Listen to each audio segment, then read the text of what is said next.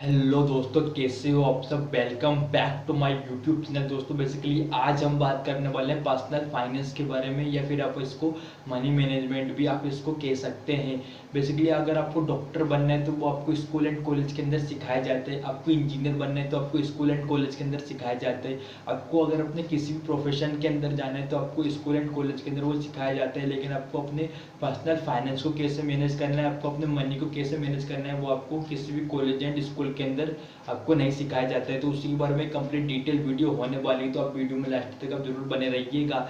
सबसे पहले हम बेसिकली बात करेंगे पर्सनल फाइनेंस होता क्या है।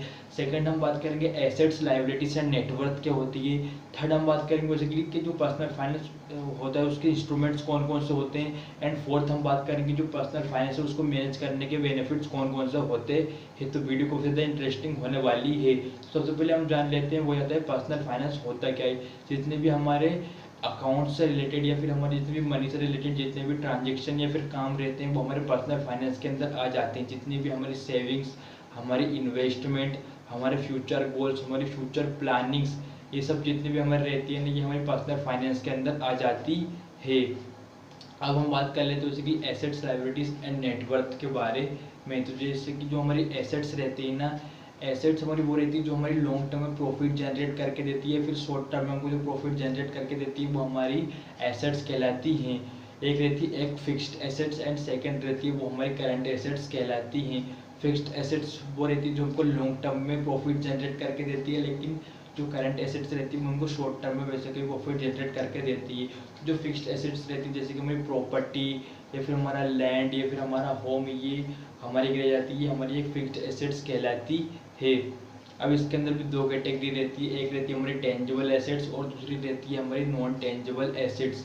टेंजिबल एसेट्स वो रहती है ना जिनको हम छू सकते हैं, जो हमारी फिजिकल एसेट्स रहती है, जैसे कि हमारा कैश हो गया, हमारा लैंड, हमारा ज्वेलरी, हमारी होम, हमारी फर्स्ट मशीनरी, हमारा फर्नीचर, ये हमारी किसके अंदर आ जाती है, हमारी फिजिकल एसेट्स के अंदर आ जाती है, ये हमारी टेंजिबल एसेट्स कहलाती हैं। और नॉन टेंजिबल एसेट्स वो रहती है जिनको हम छू नहीं सकते, सिर्फ हम दे सकते हैं, जैसे कि हमारे ट्रेडमार्क्स, हमारी कंपनी के पेटेंट्स हो गए, है ना, हमारी कंपनी की गुडविल, कंपनी के बेसिकली कॉपीराइट्स, कंपनी के ब्रांड वैल्यू, कंपनी की बेसिकली ब्रांड लोगो, ये सब हमारे नॉन टेंजिबल एसेट्स के अंदर आ जाते हैं। तो आई होप आपको एसेट्स समझ में आ गए होंगे। अब हम बात कर लेते हैं लाइबिलिटीज़ के बारे में। बेसिकली दो प्रकार की लाइबिलिटीज़ रहती हैं, एक रहती है हमारी नॉन करंट लाइबिलिटी एंड एक हमारी रहती है वो हो जाती है current liability. Non current liability वो रहती है जो पैसा हमको लॉन्ग टर्म में देना है। बेसिकली जैसे कि हमने बैंक से लोन लिया, मान लीजिए अगर हमने होम लोन लिया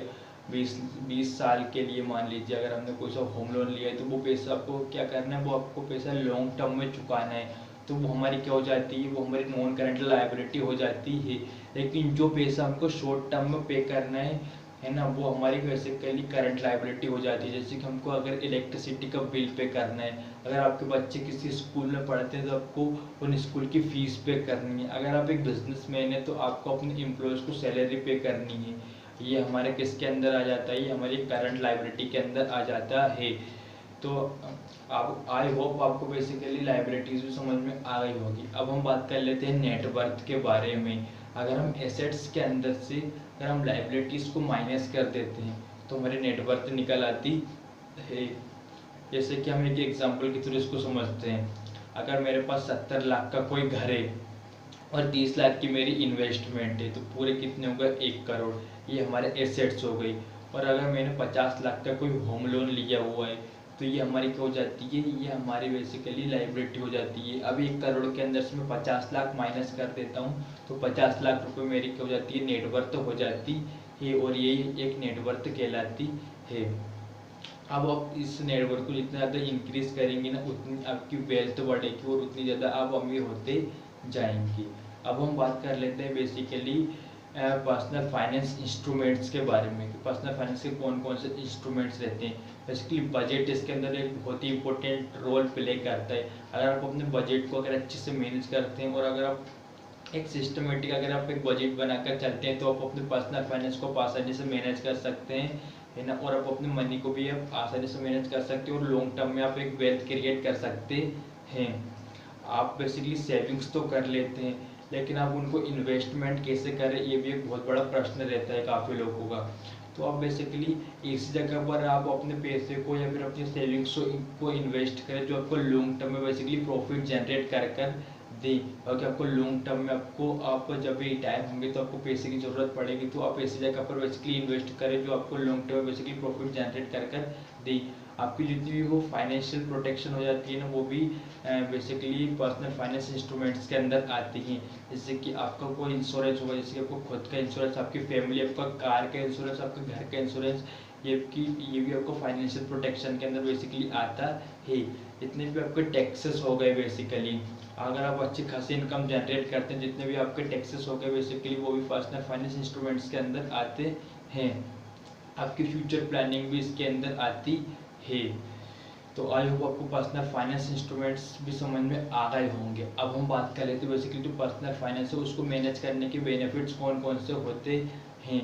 तो आप बेसिकली डेब्ट्स को अवॉइड कर सकते हैं। अगर आप अपने पर्सनल फाइनेंस को अगर आप अच्छे से मैनेज करते हैं तो वो अपने डेब्ट को अवॉइड कर सकते हैं, आपको डेब्ट लेने की ज़रूरत नहीं पड़ेगी, है ना। आप अपने लिए एक इमरजेंसी फंड रख सकते हैं। बेसिकली आप एक इमरजेंसी फंड रहता है ना, उसको अगर आप बढ़ा सकते हैं, अगर आप बेसिकली पर्सनल फाइनेंस को अगर आप आसानी से अगर आप मैनेज करते हैं तो आप अपनी सेविंग्स को इंक्रीज कर सकते हैं और उनको इन्वेस्ट कर सकते हैं सही जगह पर जो आपको लॉन्ग टर्म में प्रॉफिट जनरेट कर दे बेसिकली। इन आप अपने नीडलेस एक्सपेंसेस को बेसिकली यहाँ पर आप कम कर सकते हैं। अगर आप पर्सनल फाइनेंस को आसानी से आप मैनेज करते हैं तो आपको एक और आपको यहाँ पर मिलेगा, आपको पीस ऑफ माइंड यहाँ पर मिलेगा, आपको मन की शांति अगर यहाँ पर मिलेगी अगर आपको पर्सनल फाइनेंस को अगर आप मैनेज करते हैं तो अच्छी से, है ना। तो ये बेसिकली 4 बातें रही जो मैंने आपको इस वीडियो के अंदर बताई। अगर आप इनको फॉलो करते हैं तो बेसिकली आप पर्सनल फाइनेंस को आप आसानी से बेसिकली मैनेज कर सकते हैं। अगर आप पर्सनल फाइनेंस को अगर आप अच्छे से मैनेज करते हैं ना तो आप आने वाले समय में आप अपनी एक वेल्थ क्रिएट कर सकते हैं, है ना, और आप एक रिच पर्सन आगे जाकर आप बन सकते हैं अगर आप अभी से अपने पर्सनल फाइनेंस को अगर आप मैनेज करते हैं तो आई होप ये वीडियो आपको काफ़ी ज़्यादा अच्छा लगा होगा। अगर आपको ये वीडियो अगर अच्छा लगा है तो वीडियो को लाइक कर देना। ऐसे ही इन्फॉर्मेटिव वीडियो देखने के लिए चैनल को सब्सक्राइब कर देना। मिलते हैं अगले किसी नई वीडियो में, अगले किसी नए टॉपिक के साथ। जब तक के लिए जय हिंद, वंदे मातरम।